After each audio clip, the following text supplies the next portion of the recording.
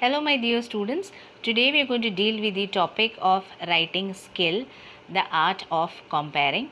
I am referring to page 122 of the textbook. Okay, so in this section we are going to understand what is comparing, how comparing is to be done and how one can be a good comparer. So who is a comparer? A comparer or a host or anchor, you may call him as a master of ceremonies, is the person who compares a show. He introduces the program and its participants. Okay, so he's the you would say the thread or the link that would keep the entire show or the program connected. So that's why he is a very important person of the show. That is why a comparer needs to be very presentable, and secondly, his presentation should be very lively and enthusiastic, or else the audience is going to get absolutely bored. So the entire show is absolutely dependent on him. So firstly, when a comparer starts the show, okay, the beginning, okay, the introduction should be very attractive. So firstly, he would address the dignitaries whoever are present over there. That means the chief guest, principal, or whomsoever is sitting there. He would greet them and good morning or good afternoon, depending upon the time of the day. And he could also begin the show to make it more interesting. He could begin the show with some quotes, some shairi. The other technique would be like he could do code mixing. That means the mixing of two languages like Hindi, Marathi, or English. Mix these languages and just to have to make it more interesting. This could be used to make the show interesting.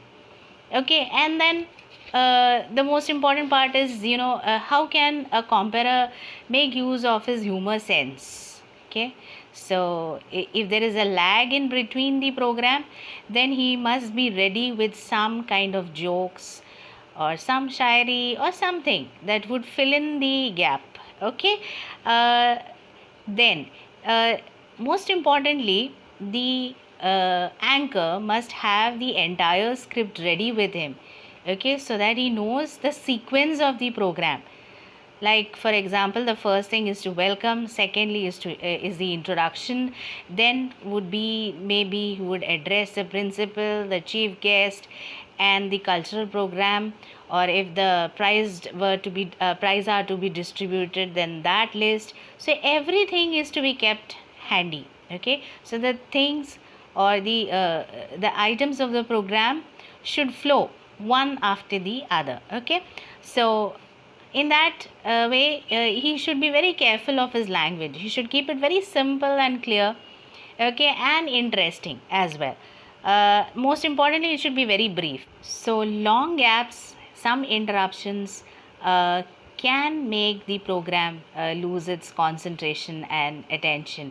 Okay, so the comparer should avoid that, and the comparer should be always be flexible. He should be ready to make any changes. Sometimes the guest has to leave, or some important announcement to be made in between, or something crops up in between. So he has to be ready with, even if the script is not ready with him, he has to maybe insert some details into it. Okay, so he has to take care of the program if something somewhere goes wrong. Okay, so unexpected situations can come in, so the comparer has to use his presence of mind and deal the situation and carry forward the program. So this is how the comparer has to take care. So when you are writing a comparing script, you have to have the complete script with you. As I said, you have the beginning, you have to address the you have to have the welcome address, then the introduction, then you would tell what is the program. Okay, so the audience is ready and has created the mood for it. Okay, and then what is the program for the day, how it's going to follow, that has to be there in his mind. and finally the closing. So you would close off with the vote of thanks and so on. So this entire thing has to be kept in mind with the beginning, middle and the conclusion that would complete your comparing script. So I hope you must have understood how to write a good comparing script. Thank you.